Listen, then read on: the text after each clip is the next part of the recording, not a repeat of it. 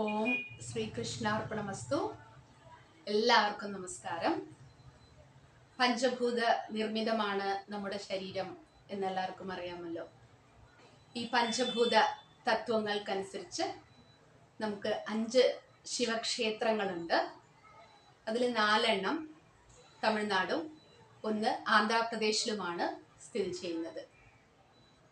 ആന്ധ്രാപ്രദേശിലെ കാളഹസ്തി വായു തത്വത്തെയാണ് പ്രതിനിധാനം ചെയ്യുന്നത്.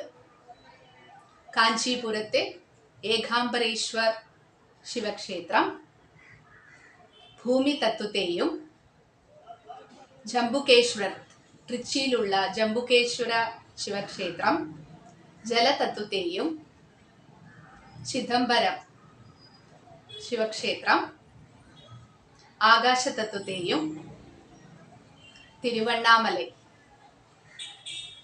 അരുണാചലം അഗ്നി തത്വത്തെയും സൂചിപ്പിക്കുന്നു എന്നുള്ളതാണ്. അഗ്നി തത്വത്തെ സൂചിപ്പിക്കുന്ന തിരുവണ്ണാമല ശിവക്ഷേത്രത്തിൽ ഒരു ഐതിഹ്യമുണ്ട്. അതിലേക്ക് നമുക്ക് പോവാം. ധാരാളം ഐതിഹ്യങ്ങൾ പറയുന്നുണ്ട്. അതിൽ വളരെ പ്രധാനപ്പെട്ട ഒരു ഐതിഹ്യമായി തോന്നുന്നത് ഇതാണ്. കൈലാസത്തില് ശിവഭഗവാനും പാർവതിയും കൂടെ ഇരിക്കുകയാണ്. അപ്പൊ പാർവതി ദേവിക്ക് ഒരു തമാശ എന്നോണം ശിവഭഗവാന്റെ കണ്ണ് അടച്ച് പിടിക്കുകയാണ്. പാർവതി ദേവിയുടെ 2 കൈകൾ കൊണ്ട് ശിവഭഗവാന്റെ കണ്ണടച്ച് ഒന്ന് നോക്കി. പക്ഷെ ദേവലോകത്തിന് വലിയ വ്യത്യാസമൊന്നും ഉണ്ടായിരുന്നില്ല. കാരണം ഭൂമിയിലെ 1 വർഷം എന്ന് പറയുന്നത് ദേവലോകത്ത് 1 ദിവസമാണ്. അതുകൊണ്ട് തന്നെ ദേവന്മാർക്ക് വലിയ വിഷമമൊന്നും ഉണ്ടായില്ല. പക്ഷെ ഭൂമിയുടെ അവസ്ഥ ദുരിതമായിരുന്നു. അപ്പൊ ദേവന്മാർ വന്ന് പാർവതി ദേവിയോട് കൈയെടുക്കാൻ പറയുകയാണ്. കാരണം അനേക വർഷങ്ങളായി ഭൂമിയിൽ ജനങ്ങളും ജീവജാലങ്ങളെല്ലാവരും തന്നെ വളരെ കഷ്ടപ്പെടുകയാണ്. അവർ ദുരിതം അനുഭവിക്കുകയാണ്. വേഗം തന്നെ ദേവി കൈയെടുക്കണമെന്ന് ദേവന്മാർ പറയുകയാണ്. അപ്പോഴാണ് ദേവി മനസ്സിലാക്കിയത്, തൻ്റെ ചെറിയൊരു പ്രവൃത്തി മൂലം എത്ര ദുരിതമാണ് എല്ലാവർക്കും ഉണ്ടായതെന്ന് ദുഃഖിക്കുകയുണ്ടായി പാർവതി ദേവി. അപ്പം അതിന് പശ്ചാത്താപം എന്നോണം ശിവഭഗവാൻ പറയുകയാണ്, കൈലാസത്തിൽ നിന്നും പോയി ഭൂമിയിലേക്ക് പോയി ഒരു പർവ്വതത്തിന് മുകളിൽ ധ്യാനം ചെയ്യുക എന്ന്. അങ്ങനെ പാർവതി ദേവി തിരുവണ്ണാമലയിൽ എത്തുകയാണ്. അവിടെ ധ്യാനനിരതയായിട്ട്, ധ്യാനം എന്ന് പറയുമ്പോൾ തന്നെ ഉറക്കമൊന്നും ഇല്ലാതെ ദീർഘമായ ആ ധ്യാനത്തിൽ ഏർപ്പെടുകയാണ്. അങ്ങനെ അനേകം വർഷങ്ങൾ പാർവതി ദേവി ധ്യാനം ചെയ്തു എന്നാണ് പറയുന്നത്. അങ്ങനെ കുറെ വർഷങ്ങൾക്ക് ശേഷം ശിവഭഗവാൻ ആ തിരുവണ്ണാമലയില് ആ മലയുടെ അറ്റത്ത് ഒരു പ്രകാശ രൂപമായി രൂപം കൊണ്ടു എന്നുള്ളതും, അതിൽ ആദിപരാശക്തിയായ ദേവി ആ പ്രകാശത്തിൽ ലയിക്കുകയും ചെയ്തു എന്നാണ് പറയപ്പെടുന്നത്. അതൊരു കാർത്തിക ദിവസമാണ് എന്നുകൂടെ ഉണ്ട്. ഇപ്പൊ തിരുവണ്ണാമലയിൽ കാർത്തിക വിളക്ക് വളരെ വിശേഷപ്പെട്ടതാണ് അല്ലേ. അതാണ് അതിന് പിന്നിലുള്ള കഥ എന്നാണ് പറയുന്നത്.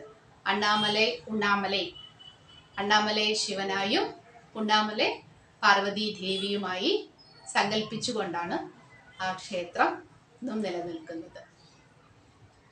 അപ്പൊ ഇതിൽ നിന്ന് നാം മനസ്സിലാക്കേണ്ടത്, പാർവതി ദേവിക്ക് പറ്റിയ ഒരു ചെറിയ അബദ്ധമാണെങ്കിലും ദേവി അതിൽ പശ്ചാത്തപിച്ച് പരിഹാരങ്ങൾ ചെയ്യുന്നുണ്ട്, പ്രതിവിധി ചെയ്യുന്നുണ്ട് എന്നുള്ളതാണ്.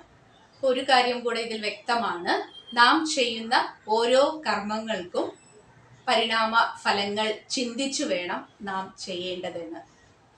ഓം ശിവശക്തിക്ക് രൂപിണ്യേ എന്ന് പറഞ്ഞുകൊണ്ട് നാം ജ്യോതിഷത്തിലേക്ക്, ചന്ദ്രകർമ്മയിലൂടെയാണ് നാം സഞ്ചരിച്ചുകൊണ്ടിരിക്കുന്നത്. അതിൻ്റെ പരിഹാര മാർഗങ്ങൾ എന്തെല്ലാമാണ്? ഇപ്പം ലഗ്നമോ ലഗ്നാധിപനോ നക്ഷത്രമോ, ചന്ദ്രകർമ്മയുടെ ഈ 4 നക്ഷത്രങ്ങൾ ഏതെങ്കിലും ഒന്നിൽ വരികയാണെങ്കിലോ, കന്നി തുലാം ലഗ്നജാതകനോ ഈ പറഞ്ഞ പരിഹാരങ്ങൾ അനുയോജ്യമായി ചെയ്തു വരാവുന്നതാണ്. പാർവതി ദേവിയെ ഉപാസിക്കുക എന്നുള്ളത് തന്നെയാണ് ചന്ദ്രകർമ്മയുടെ ഏറ്റവും ഉത്തമമായ പരിഹാരം എന്ന് പറയുന്നത്. തിങ്കളാഴ്ച പാർവതി ദേവിയെ, ദേവീ സങ്കല്പമുള്ള ക്ഷേത്രാരാധന നല്ലതാണ്.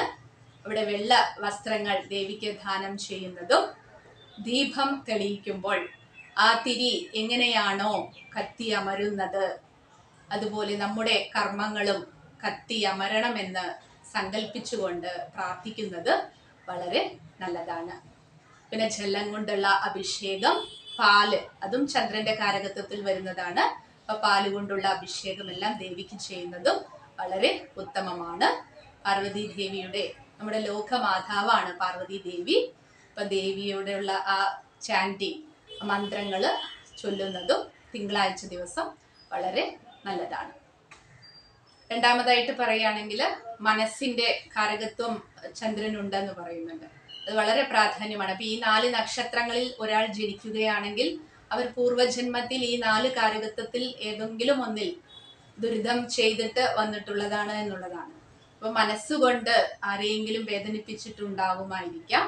അതുകൊണ്ട് തന്നെ ആരെങ്കിലും വിഷമിച്ചിരിക്കുമ്പോൾ നമ്മുടെ 4 വാക്ക്, നല്ല വാക്കുകൾ കൊണ്ട് അവർക്ക് അതിൽ നിന്നും മുക്തനാവാൻ കഴിയുമെങ്കിൽ നമ്മുടെ കർമ്മം കുറയാൻ കഴിയും എന്നുള്ളതാണ്. അതുകൊണ്ട് ആശ്വാസ വചനങ്ങള് പറയാം. പിന്നെ ഈ 4 നക്ഷത്രങ്ങളുടെയും ഒരു പ്രധാന പ്രശ്നം എന്ന് പറയുന്നത് തന്നെ അവർക്ക് മനസ്സിൽ ഫലം ഇല്ലാത്തവരായിരിക്കും. അവർ പെട്ടെന്ന് തന്നെ മാനസികമായി പ്രശ്നം അഭിമുഖീകരിക്കേണ്ടതായിരിക്കും. ചെറിയ കാര്യങ്ങളാണെങ്കിൽ പോലും അവർക്കത് പിടിച്ചു നിൽക്കാൻ കഴിയാത്ത ഒരു അവസ്ഥയുള്ളതാണ്.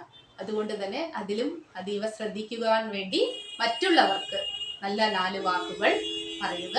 കൗൺസിലിംഗ് പോലെയുള്ള ജോലി ഒരു സൈഡ് ബിസിനസ് ആയിട്ടെങ്കിലും ഏറ്റെടുത്ത് ചെയ്യുക എന്നുള്ളതാണ്. പിന്നീട് വെള്ളം ഒരു കാരകത്വമായതുകൊണ്ട് ജലം, ഈ സമ്മർ സീസണിലൊക്കെ ജലം ദാനം ചെയ്യുക, ഭക്ഷണം ദാനം ചെയ്യുക. ഭക്ഷണം ദാനം ചെയ്യുന്നത് മാസത്തിൽ ഒരു തവണയെങ്കിലും ഭക്ഷണം പാവപ്പെട്ടവർക്ക് ദാനം ചെയ്യുക. അത് തുടർച്ചയായി വർഷങ്ങൾ ചെയ്തു വരുമ്പോൾ മാത്രമാണ് നമുക്കതിൻ്റെ പ്രതിവിധി, അതിൻ്റെ അനുകൂല ഫലങ്ങൾ നമുക്ക് ലഭിക്കുക. 1-2 തവണ ചെയ്യുന്നത് കൊണ്ട് കാര്യമായ ഗുണമുണ്ടാവണമെന്നില്ല. കാരണം നാം മുൻജന്മത്തിൽ ചെയ്തിട്ടുള്ള കർമ്മങ്ങളുടെ ആക്കം നമുക്ക് അളക്കാൻ കഴിയില്ലല്ലോ. അപ്പൊ ഈ രാശിയിലോ, തുലാം, കന്നി രാശിയിലോ ലഗ്നമായിട്ട് ജനിക്കുന്നവർക്കോ ഈ 4 നക്ഷത്രം ഉള്ളവർക്ക് ധാരാളം ഭക്ഷണം ഉണ്ടാക്കാനോ വാങ്ങിക്കാനോ ഉള്ള ശേഷി ഉണ്ടാവുമായിരിക്കാം. പക്ഷെ എന്ത് സംഭവിക്കുന്നു? അവർക്ക് ശരിയായ സമയത്ത് ഭക്ഷണം ലഭിക്കാതെ വരും. അപ്പൊ നമുക്ക് തന്നെ ചിന്തിക്കുമ്പോൾ മനസ്സിലാക്കാം നാം ഏതു മേഖലയിലാണ്, ഇപ്പൊ ഈ 4 നക്ഷത്രക്കാർക്ക് നാം ഏതു മേഖലയിലാണ് കഷ്ടം അനുഭവിക്കുന്നത്. മാനസികമായാണോ, ജലം മൂലമാണോ, ഭക്ഷണം മൂലമാണോ? അത് നോക്കിയിട്ട് ഏത് കാരകത്വമാണ് നാം ചെയ്തിട്ടുള്ളത് എന്ന് നമുക്ക് തന്നെ പരിശോധിക്കാവുന്നതാണ്. അപ്പൊ അതിനനുസരിച്ച് ആ രീതിയിൽ തന്നെ പരിഹാരം ചെയ്യുമ്പോൾ അത് ഉത്തമമായി നമ്മുടെ ജീവിതത്തിന് മോക്ഷഭാവത്തിലേക്ക് നമ്മെ കൊണ്ടുപോകാനായിട്ട് ഇതിലൂടെ കഴിയുമെന്നുള്ളതാണ്. പിന്നെ ചെടികൾ വെച്ച് വളർത്തുക എന്നുള്ളത് വലിയൊരു പോംവഴിയാണ്. കാരണം നമ്മൾ എന്ത് ചെയ്യാറുണ്ട്, പൂച്ചെടികളൊക്കെ വെച്ച് വൃക്ഷങ്ങളായാലും വെക്കുമ്പോൾ നമ്മൾ ധാരാളം വെള്ളം ഒഴിച്ചു കൊടുക്കൂല ദിവസവും. അപ്പൊ ഈ വെള്ളം ഒഴിച്ചു കൊടുക്കുക എന്നതിലൂടെ ചന്ദ്രകർമ്മ അനുയോജ്യമായിട്ടുള്ള ഒരു പരിഹാരമാണ്. പിന്നെ പൗർണമിയാണ് വളരെ വിശേഷപ്പെട്ട ദിവസം. അതിൽ ലളിതാ സഹസ്രനാമം പോലെയുള്ള സഹസ്രനാമങ്ങളോ ത്രിശതിയോ ഒക്കെ ചെല്ലുന്നതും ദേവിയ പ്രീതിക്ക് വളരെ ഉത്തമമാണ്. പൂർണ്ണചന്ദ്രനാണ്, കാണാൻ നല്ല ഭംഗിയുണ്ടാവും അല്ലേ. അപ്പൊ നമുക്ക് കുറച്ചു നേരം ആ പൂർണ്ണചന്ദ്രനെ നോക്കി ധ്യാനിക്കുന്നതും ഈ പൗർണമി ദിവസം അതിൻ്റെ ശക്തി നമ്മുടെ ശരീരത്തിലേക്ക് ആഗിരണം ചെയ്യപ്പെടുന്നു എന്നാണ് വിശ്വസിക്കപ്പെടുന്നത്. അപ്പൊ ഇത്തരം പരിഹാര മാർഗങ്ങളിലൂടെ നമുക്ക് ചന്ദ്രകർമ്മ ദോഷത്തെ മാറ്റി നിർത്താമെന്നുള്ളതാണ്. ശരീരത്തിൽ രക്തത്തിന്റെ പ്രശ്നം വരികയാണെങ്കിലും ഇത്തരം പരിഹാരങ്ങൾ ചെയ്താൽ ഉത്തമമാണ്. കാരണം ചന്ദ്രൻ രക്തവുമായി ബന്ധപ്പെട്ടിരിക്കുന്നു എന്നുള്ളതാണ്. നാം അടുത്ത ദിവസം പുതിയൊരു ഗ്രഹവുമായി കണ്ടുമുട്ടാം. നന്ദി, നമസ്കാരം.